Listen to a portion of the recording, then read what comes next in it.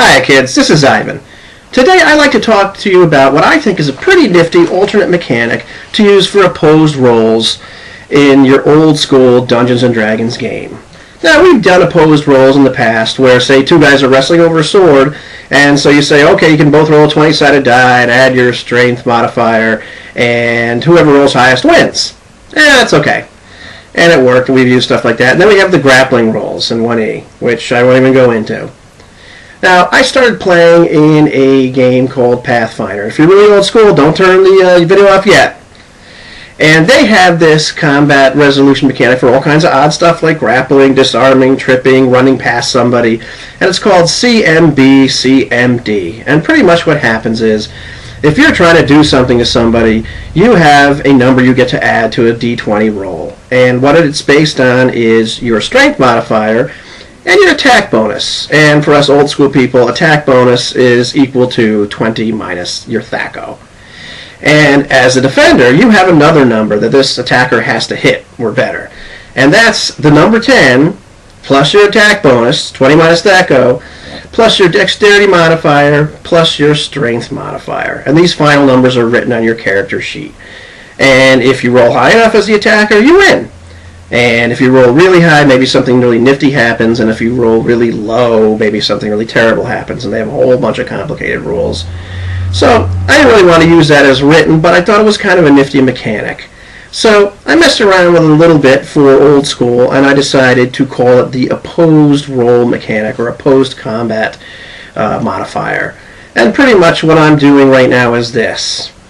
Each person gets a number that's on their sheet, and it's based on your strength score modifier, whether it's positive or negative, your dexterity score modifier, and your attack bonus, which once again is 20 minus THAC0. So if you're a 5th level magic user with a THAC0 of 21, your attack bonus is -1. Sucks to be you.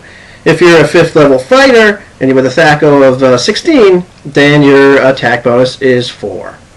And then the two of you, say you want to grapple each other, one of you wants to try to disarm the other person or push past them. You both roll, whoever rolls highest wins. Great. It works really, really well. And for me, it takes into account not only strength and dexterity, which I think are both important in these sort of wrestling matches, but it also takes into account your overall combat ability, which I think is best expressed by your THAC0. Because, to be honest, like a 5th level wizard and a 5th level fighter are not going to have the same kind of combat expertise, even in a wrestling match, or trying to trip one another, all that sort of thing. So I think that's pretty neat, and that's a mechanic I've been using. Now, Pathfinder also uses a size modifier, and it gets really wacky, but I think it's kind of interesting to do something like that. Like if you're a halfling and you're really short, or you're doing something to a goblin, maybe they get to subtract 1 from this number because they're short. And maybe if you're trying to grapple a bugbear, maybe he adds 1 to his number. Maybe if you're stupid enough to try to grapple a troll, maybe he has to add 2 or 4 to his number because he's really freaking big. Now, you're going to ask, well, what about monsters? Well, I don't think you have to really stat monsters altogether, but, you know, the 1E DM guide has some basic ideas of what the strengths of things are, and I think you can make that kind of stuff on the call. Maybe you decide, gee, a bugbear has a 16 strength, and they're really sneaky, so maybe they have a 15 dexterity, and you figure out what those modifiers are. Now, I'll be honest. I use basic ability score modifiers in my 1E game, so it's very easy to do this because it's +1, +2, +3, that sort of thing. In 1E, the modifiers for dexterity work from 15 to 18. The ones for strength are a little bit wonky.